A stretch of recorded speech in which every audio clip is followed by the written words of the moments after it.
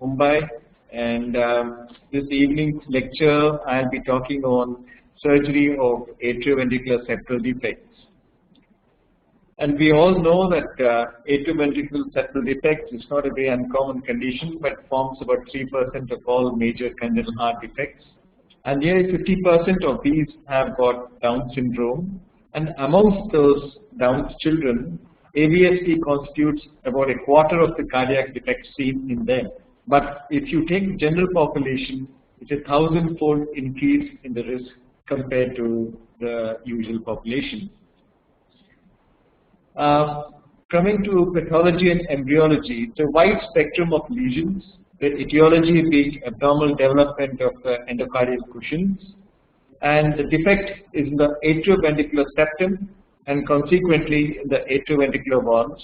And usually they are also associated with some associated lesions, either it could be major or minor.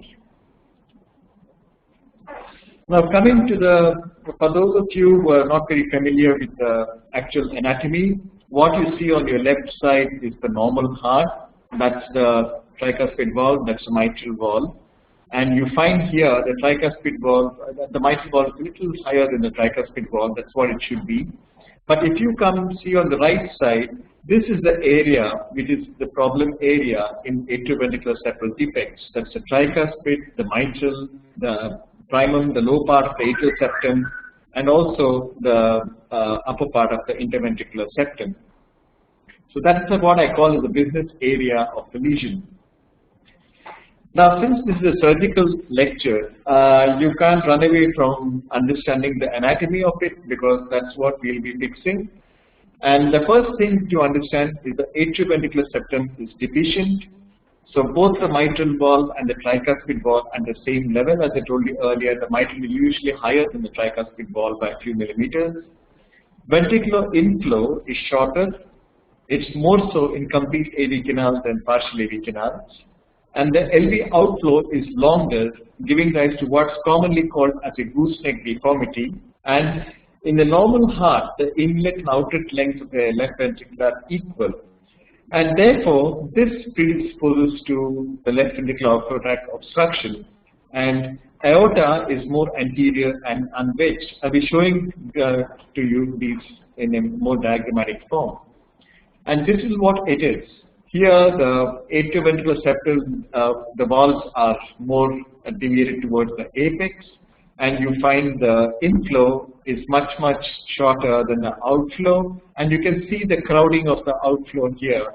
And this whole thing is called the gooseneck deformity. And here, that's what it sees, and I've drawn some arrows for you to understand. And this is not usually seen nowadays because we don't study these kids. Mostly we diagnose it by echo, but this is important to understand that the inflow and the outflow are not normal.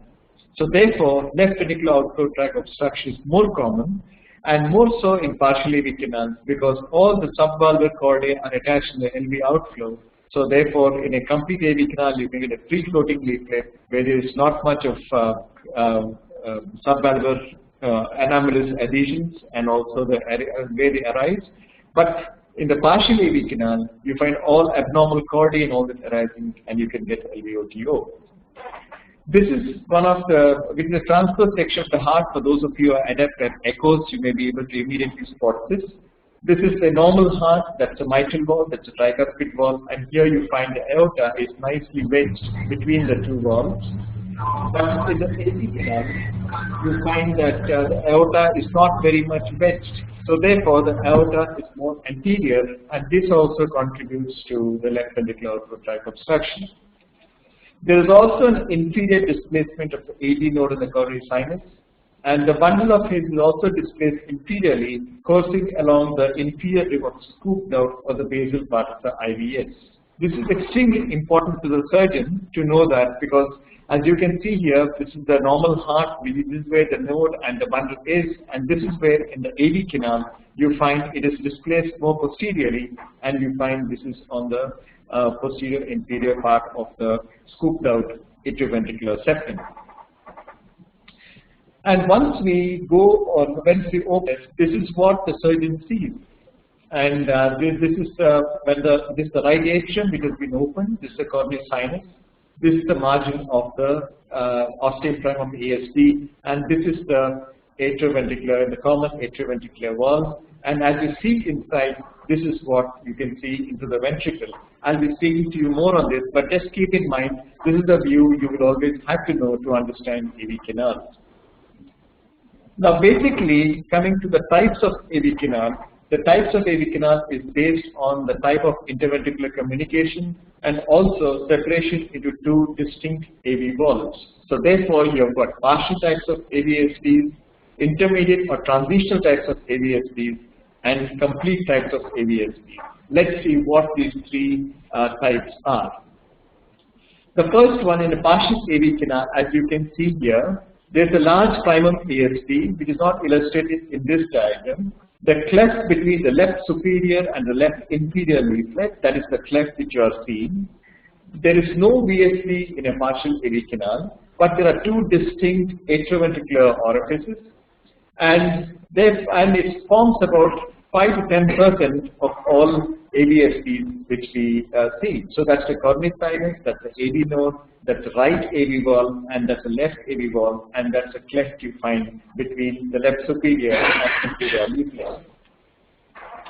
Then we have the transitional intermediate AV canal. It's very similar to the partial AV canal, excepting for the fact that there is a small to tiny, but it's a restrictive VSD. That's the most important thing to understand. The VSD could be between the chordae and the attachments of the chordae, but certainly it is the restrictive VSD, and these children will not go into developing pulmonary vascular disease, and they very much behave like a partial AV canal.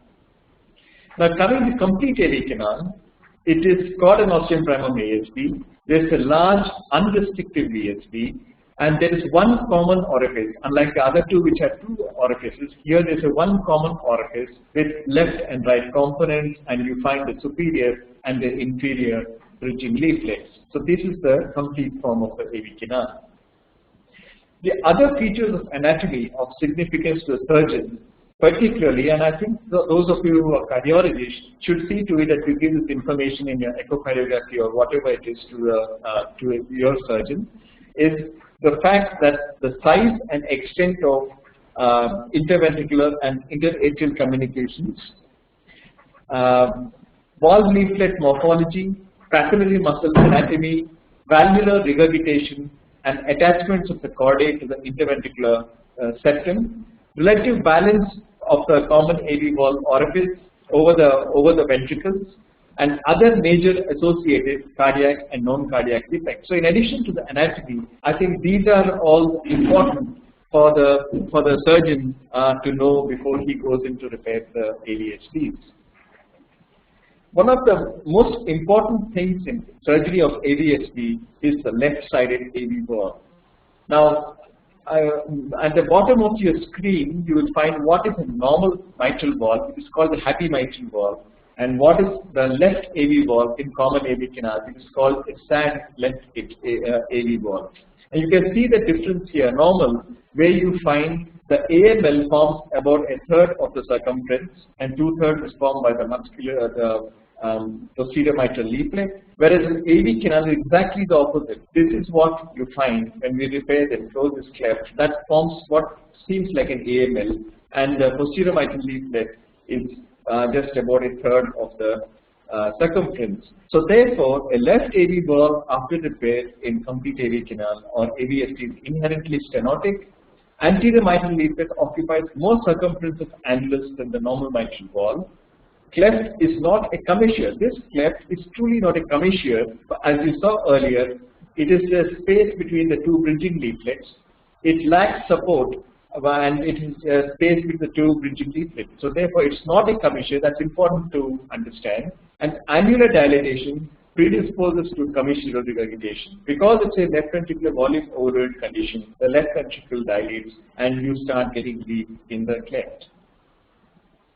Now, all of us know that AV canal has been classified according to Rastelli classification, which was done by Rastelli in 1966 from the Mayo Clinic. It's based on the extent of left superior leaflet bridging over the interventricular septum, and it's subvalvar and caudal attachments taken together. But it does not take into account the left inferior leaflet, and that displays greater anatomic variation. So therefore, this classification has got an inherent problem because it takes only the superior bridging leaflet and not the inferior bridging leaflet. So as you can see here, this is the appearance of the complete AV canal, the Rastelli type A, B, and C. And please concentrate only on the superior bridging leaflet. Here you have the right part, the left part, which is divided, and there are a lot of chordae attaching to the crest of the interventricular septum. Then you have type B, where you find there's a larger left side, or it could be a larger right side, but there's an anomalous papillary muscle on the right side of the ventricle.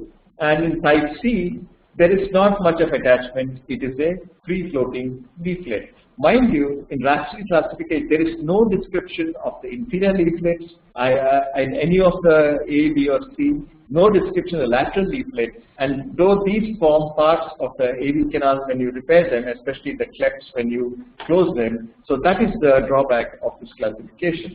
So how useful is the Rastelli classification? Not very useful, but it was useful when we used to when you repair with a classical single patch technique, which is more or less been given up to a modified and a double patch technique. The recognition of the extent of the undivided portion of the superior leaflet over the interventricular septum was important in those days in this type of technique. But in the current techniques, the Rastelli classification is far less important. Now let us see what's the pathophysiology of this, because that's important. There's a large left to right shunt at atrial and ventricular level, coupled with mitral regurgitation. And if the MR is more, this augments the atrial left to right shunt fraction, leading to early onset of PH and also much earlier in cases of Down children. The reasons I'll be telling you a little later. Now coming to the management of AVSDs, how do we manage this? This is a lesion which surgery is the only management across the ages. But there is a place for a medical management, particularly at the extremes of life in neonates, early infant age groups, when there is when there is a contraindication for surgery. So, what are the medical managements available? Well, it is something to tide over the child till it comes up for surgery in the form of diuretics, ACE inhibitors, or digoxin. Well, this is controversial. Some people don't believe in digoxin, but however, these are the usual drugs given till the child comes up for surgery. Coming to the diagnosis, I think ECG gives you a hint, and we all know it's a left axis deviation. In one of the rare causes of left axis deviation in the child, you have to suspect ASD, particularly AVSD, particularly when you see an ASD. 2D echocardiography, which is more or less most important diagnosis modality at the moment. 3D is threatening to give us much more information now, and post-operatively, I think epicardial echocardiography and transesophageal echocardiography, 2D or 3D, is extremely important to assess the repair and also residual lesions and the mitral regurgitation. Now, what about catheterization? I think it's not really the first line of investigation currently. Older AVSD patients, more than 1 year, to assess the pulmonary arterial pressures, PVR, and also to measure the QPQS. I think there's a place for that. And post-operatively to quantify residual lesions like VSD, LVOTO to decide on when to reoperate. I think currently these are the only two indications for doing catheterization for this lesion. What are the indications for surgery? Diagnosis of AVSD is an indication for surgery. The timing of surgery could vary depending on whether it is partial AV canal or transitional AVSD around 1 to 2 years of age, because this is one with a restrictive VSD or no VSD, so their chances of developing pulmonary vascular disease and pulmonary hypertension is pretty remote. If it is a complete AV canal with unrestricted VSD, ideally we need to operate around 2 to 4 months of age, but certainly earlier than 6 months of age, or even earlier if the child is symptomatic, not responding to medical treatment, or goes into congestive failure. But Those AVSDs where they have a reduced pulmonary blood flow, like heterology with AVSDs, maybe I think one around a year of age, and if some of them, if they're very cyanotic, may require to be shunted when they are young and then brought up for surgery at a little later date. What is the place of palliation in the form of banding in complete AVSD? It's very rare in current practice because we are repairing these children much earlier or early infancy. But however, in those AVSDs as an unbalanced AV canal, associated lesions going into the univentricular pathway very early in infancy when they are not ready for a Glenn, I think that's one of the indications currently for temporizing with a pulmonary artery band. Or there is some medical contraindication to surgery in the form of major other system anomalies, or the child is stuck on the ventilator for some lung issues, or other comorbid conditions when they are still unfit for complete repair. This could form another indication for palliation. Certainly, contraindications for surgery are present. Resting saturations in a child below 85% on room air, unresponsive to oxygen inhalation when the saturation goes up. Or if a child is a little older, exercise desaturation certainly form one of the things we need to look out for whether surgery is going to help this child or not. A small heart on the X-ray with no pulmonary plethora, predominantly right to left shunt with no reversal with oxygen or pulmonary vasodilators. I think all taken together forms contraindication for surgery. Now coming to the surgical aspect of it, what are the aims of repair? I think the aims of repair is one, to close the shunt, that is in the atrial level, in the ventricular level, and also in between the valvular level. And other thing is to rebuild the mitral and the tricuspid valves to make them competent and functional. Now, what are the modes of repair for AVSDs? There are actually three modes. One is the single patch, as you can see here. This is one patch, and we used to divide these leaflets to accommodate this patch, the atrial side of the patch, the ventricular side of the patch, and close the cleft in the mitral and tricuspid valves. Now, this was very popular in the early to 70s to mid 80s, but then the incidence of neck AV valve regurgitation was extremely high here, and this technique is more or less been given up and has given way to the two-patch technique, where we close the BSD with a synthetic patch, we close the ASD with pericardium, and then we make these into two valves, the mitral and the tricuspid.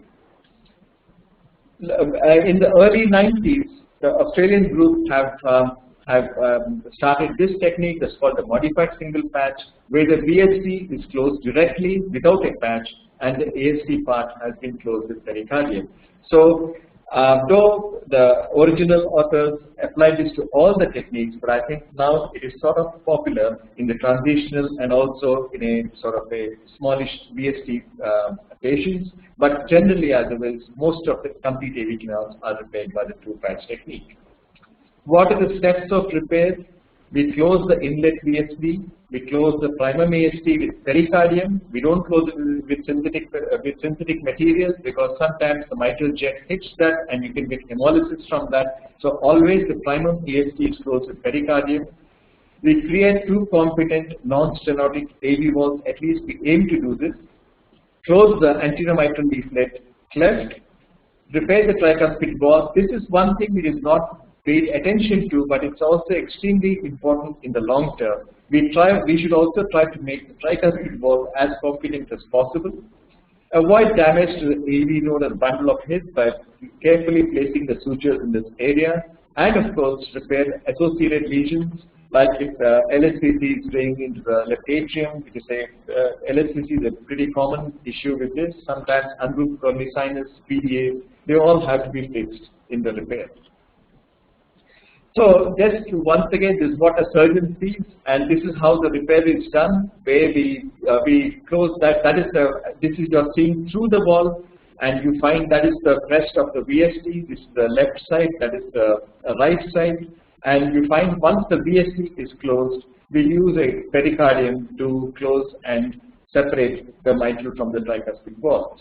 And for the surgeons, I think this is important because this is not a correct way to do. We need to take the opposing areas together, because if you take like this, there will be too much of ball tissue and it may start to give a cut through, or it may start to leak again.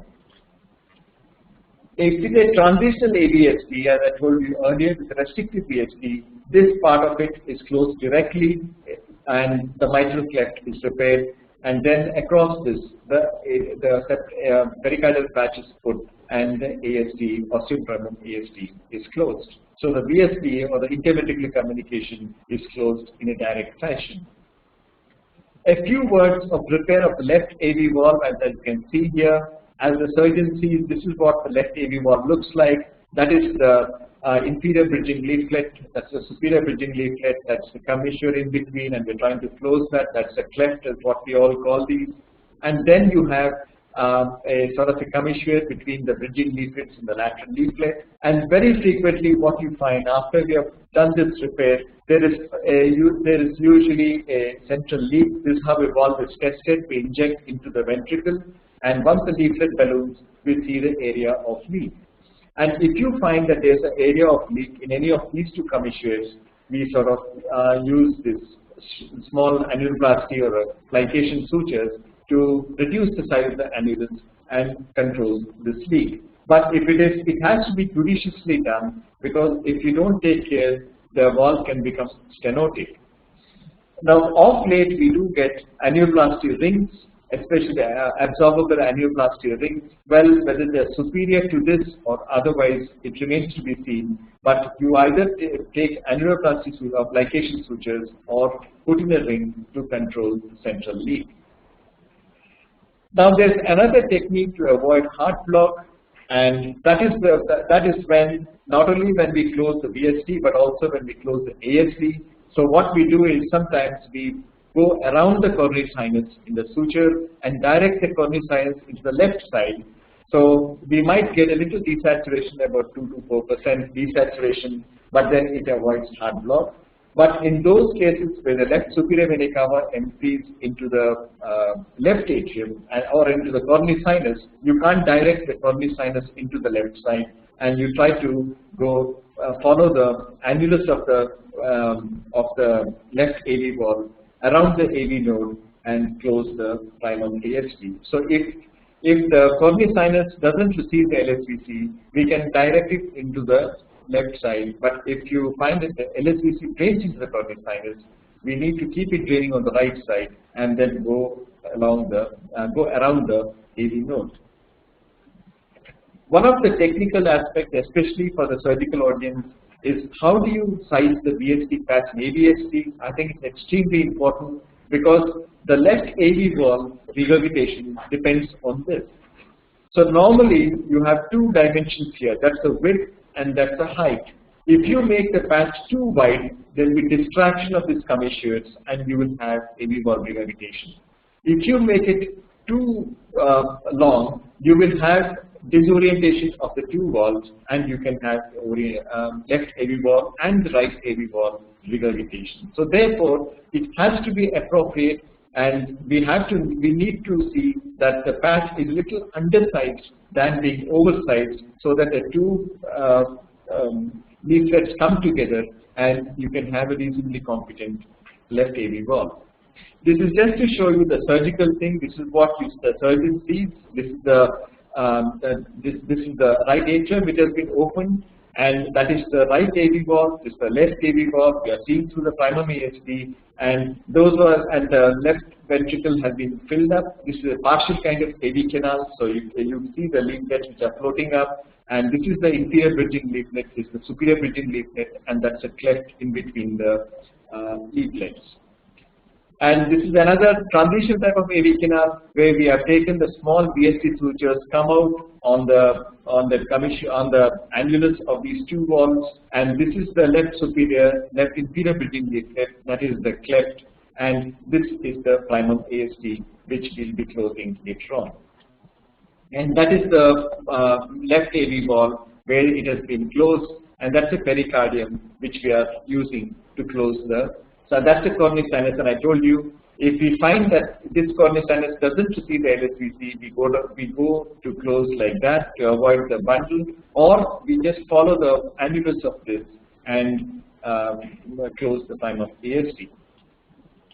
This is a picture of one of the rarer problems of complete AV canal. It's a double orifice mitral valve. There are two orifices, you can see, and this is difficult to repair, and especially if it's a partial type of AV canal, it is best left if it is not stenotic. As anything you try to do, we might make the valve incompetent, and it's very difficult to repair this. But certainly, in the long term, they do give rise to trouble. Associated anomalies seen with AVSDs are LSVC, unroot coronary sinus syndrome, PDAs, coarctation. The second AVSD is muscular VSDs, tetralogy, DORV, TGA, etc. A few words on Down syndromes. 20 to 25% of Downs have AVSDs. They've got hypotonia, CO2 retention leading to high pulmonary pressures, early PVR, smaller airways, reduced number of pulmonary arterioles in the vasculature, their ICU stays longer, PA crisis is more in the older patients, and the Rastelli type C are commoner. But surprisingly, surgical outcomes are far better in the Downs because of the free-floating leaflet and less incidence of LVOTO long term. There is another group called unbalanced AVSD seen in about 5 to 7% of patients. The RV dominant form is more common. The left-hand hypoplasia is seen in these kind of patients. There is always a decision to be made between biventricular or univentricular repair, and there are a lot of these criteria which are set, which permits biventricular repair in cases of unbalanced AV canal. But what they all forget to see is the growth potential of the left ventricle. So if they satisfy most of these criteria, we do a biventricular repair, or you take them along the univentricular pathway. Whenever we do the AV canal repair, there are certain residual lesions which are present. One is mitral regurgitation, tricuspid regurgitation, very rarely residual VSD, and of course LVOTO. Either it is seen or they develop as the child grows. Post-op issues of complete AV canal repair, the usual monitoring lines that we put are arterial PVP lines, and at least I put in LA and the pulmonary arterial lines. Then we always measure the RA and PA saturations to know if there is any residual left to right shunt. If it is more than 10% or an absolute PA stat that's greater than 80% with an FRT of 0.5, it certainly indicates a left to right shunt, possibly a QPQOs of greater than 1.5, and that needs attention. Some of them, they do go into low cardiac output state for some period post-operatively, and we need to judiciously use inotropes more than volume, because particularly milrinone and vasodilators reduce the LV volume by reducing the SVR, and we should not give too much volume because the LV dilates and the regurgitation increases. pH is seen post-operatively, and if it is seen, I think we, in addition to the crisis and the reactivity of pulmonovascular bed, we have to see for severe mitral regurgitation or stenosis when it's overcorrected, residual VSD or LV dysfunction from any cause, and that has to be ruled out before we could label it as a pulmonary arterial hypertensive crisis. Outcomes of closure, the current accepted mortality for AV canal defects is particularly common AV canal is about 1.5%. Trivial to mild MR is seen in about 2/3 of cases post-operatively, moderate in about 10% of these cases. But the surprising thing is there's no correlation between the presence of MR preoperatively and its present post-operatively. So because of the morphology and also the type of repair. This is just to show you that over the period, the mortality has reduced, and this is taken from an old publication by John Kirkland, and you find even currently it's in the region of about 1 to 3%. And if you see this, the survival certainly it's not a straight line, so there is some attrition as the follow-up duration increases, and attributable mostly to the function of the left AV valve and to the left ventricular outflow tract obstruction, if at all it develops. And if you see here, partial AV canal obviously has got a better survival than a complete AV canal over a long period of time. and nearly about 90% survival over 20 years, and little less in the complete AV canal. This is old data, but currently it is far, far better than this. Long-term issues to be seen are left AV valve regurgitation, right AV valve regurgitation, residual shunts, left ventricular outflow tract obstructions, residual pH if the AV canal is corrected at a much later age, and of course issues of permanent pacemaker changes if the child is developed a complete heart block and needs PPI changes. Coming to the risk factors, early era of surgery was a risk factor. Older age of surgery because the residual lesions are more, residual pH is more. Post-operative left AV valve regurgitation, preoperative left AV valve regurgitation predisposes to some extent the post-operative left AV valve regurgitation because of the morphology. And of course, if it's a double orifice mitral valve, it is certainly a risk factor for late development of regurgitation as a follow-up increases. And this is just to show you that it's a hazard function curve of AV valve failure, and if there is no AV valve failure, virtually it's more or less like a normal curve. But if the AV valve failure is there, as the follow-up increases, the hazard function increases. So what are the issues in surgical correction? I think I've answered you when to correct. Described to you the technique of correction. Cleft to be repaired, yes and no, but certainly it is always a yes currently, because we know if we don't close the cleft, the incidence of left AV valve regurgitation in the future is very high. How do we close the cleft? Well, it is usually by direct sutures and seeing to it that we don't take too much of tissue when we are closing the cleft. How much MR to accept, and whether to overcorrect leading to stenosis? No, I don't think we should just accept a trivial to mild MR at most, but certainly not mild. Anything more than moderate is unacceptable, and we should not overcorrect and cause stenosis. Coronary sinus could be left into the left atrium to safeguard the AV nodes and conduction tissues if the left SVC is not draining into the coronary sinus. Otherwise, we'll have to take superficial bites and see that the coronary sinus is in the right atrium. And monitoring lines, it's always judicious to put in LA and PA lines in addition to arterial and PVP lines. So in conclusion, AVSD has varying degrees of atrioventricular valve abnormalities, interatrial interventricular communications. Complete AV canal is best operated and dealt with in between 2 to 4 months of age. Repaired earlier if there is congestive heart failure or if the AV valve, left AV valve regurgitation is moderate to severe. Unbalanced AV canal presents a management dilemma between biventricular repair and univentricular repair. We don't have hard criteria to choose either pathway, but of course, if we can do, we prefer to a biventricular repair. Currently, AVSD can be repaired with very low mortality and morbidity. Left AV valve regurgitation and left ventricular outflow tract obstruction determine long-term outcomes. Thank you very much, and from Kokilaben Hospital.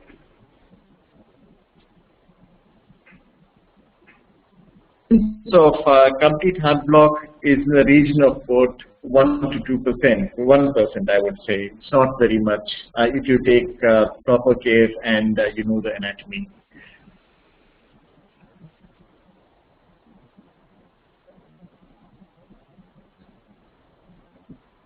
Tetralogy of fellow with complete AV canal. I think the most important thing is to size the patch properly, because especially when there is a deficient in the coronal septal area, the patch has to be sized absolutely appropriately. Otherwise, you can develop left ventricular outflow tract obstruction if it is made to be very narrow, or the patch could rip away, and you can have a what you call residual VSD. In addition to that, the left AV valve has to be repaired properly, because especially if you're putting a transcanular patch, you find that if you have a TR and an MR, the volume load will be too much for the heart to handle. So the important thing in tetralogy with AV canal is to size the patch properly and to do the best you can to ensure it's a competent AV valve.